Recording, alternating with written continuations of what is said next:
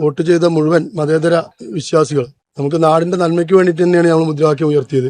അതിന്റെ ഭാഗമായിട്ട് തന്നെയാണ് അവിടെ ഈ വിജയം ഉണ്ടായിട്ടുള്ളത്. എല്ലാ ജനങ്ങളെയും ഒരുപോലെ കാണുകയും ജാതിമത വ്യത്യാസമില്ലാതെ എല്ലാവരെയും ഒരു കുടക്കീഴിൽ അണിനിർത്താൻ വേണ്ടിയാണ് LDF എന്ന രീതിയിലേക്ക് അവിടെ ശ്രമിച്ചത്. ആ ശ്രമം വലിയ വിജയമായി 120ഓളം വോട്ടിന് ഭൂരിപക്ഷത്തിൽ ജയിക്കാൻ വേണ്ടി കഴിഞ്ഞിട്ടുണ്ട്. വരുന്ന വികസന പ്രവർത്തനങ്ങളിലാകെ ജനങ്ങളുടെ അഭിപ്രായം എടുത്തുകൊണ്ട് ജനങ്ങളെ ഒക്കെ കൂട്ടിയോജിപ്പിച്ചുകൊണ്ട് എല്ലാവരെയും അഭിപ്രായം എടുത്തുകൊണ്ടുള്ള വികസന പ്രവർത്തനങ്ങളും വ്യക്തിപര ആനുകൂല്യമാണെങ്കിലും ഒക്കെ തന്നെ വാങ്ങിക്കൊടുക്കാൻ മുന്നിലുണ്ടാവും എന്നുള്ളത് മാത്രമാണ് പറയാനുള്ളത്. എല്ലാവർക്കും വോട്ട് ചെയ്ത് വിജയിപ്പിച്ച മുഴുവൻ ആളുകൾക്കും അതുപോലെ തന്നെ എൻ്റെ വാർഡിനകത്തുള്ള മുഴുവൻ ആളുകൾക്കും നന്ദി ഈ അവസരത്തിൽ രേഖപ്പെടുത്തുക.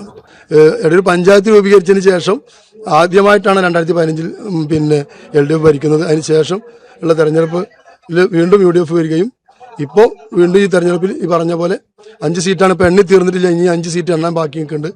അത് വന്നാലേ പൂർണ്ണമായ റിസൾട്ട് സാധ്യതയുണ്ടോ? സാധ്യതയുള്ള സീറ്റുകൾ ഇനി എണ്ണാനുണ്ട്.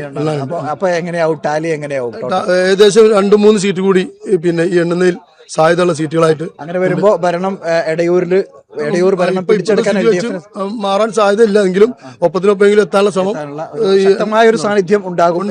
ശക്തമായ ഒരു സാന്നിധ്യം പഞ്ചായത്തിനകത്ത് ഉണ്ടാവും തീർച്ചയായും. നിലവിൽ അവിടെ പിന്നെ വെൽഫെയർ പാർട്ടിയുടെ സാധ്യതയൊക്കെ എങ്ങനെയായിരുന്നു? വെൽഫെയർ പാർട്ടി ഉണ്ട്, ഒരു സീറ്റ് കിട്ടിയിട്ടുണ്ട്. UDFന്റെ അനുകൂല UDFന്റെ ഒന്നിച്ചാണ്. UDFന് ഒപ്പം ചേർന്നുകൊണ്ടാണ്.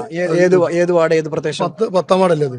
10ാം വാർഡ് എന്ന് പറയുമ്പോൾ നിലവിൽ ജമാഅത്തെ ഇസ്ലാമിയുടെ ഒരു അതെ വലിയ ജമാഅത്ത് ഇസ്ലാമി രൂപം കൊണ്ട് തന്നെ ശരിക്ക് ഇസ്ലാമി മീൻസ് പിന്നെ വെൽഫെയർ പാർട്ടിയുടെ ഉത്ഭവ കേന്ദ്രം തന്നെ വേണമെങ്കിൽ പൂക്കാട്ടിയെ എടിയൂര് പൂക്കാട്ടിയാണ് കേരളത്തിലെ അതിന്റെ ഉത്ഭവം. ഈ നിലവിലെ ട്രെൻഡ് മറിഞ്ഞു വരും, ഒരു തർക്കമില്ല. കേരളം ഭരിച്ചുകൊണ്ടിരിക്കുന്ന പിണറായി സർക്കാരിന് അനുകൂലമായ ഒരു കാറ്റ് തന്നെ അന്ന് വീശും. വീണ്ടും മൂന്നാമതായി പിന്നെ പിണറായി സർക്കാർ LDFന്റെ നേതൃത്വത്തിലുള്ള സർക്കാർ, നേതൃത്വം കൊടുക്കുന്ന സർക്കാർ തിരിച്ചു വരും എന്നുള്ളതിൽ യാതൊരു തർക്കവും ഇല്ല. ഇത് ചെറിയ ഒരു പുറകോട്ട് പോക്കാണ് ഇപ്പോൾ സംഭവിച്ചിട്ടുള്ളത്. അതിനപ്പുറത്തേക്ക് ഉള്ള മാറ്റം വരാൻ സാധ്യത ഏറെ കൂടുതലാണ്.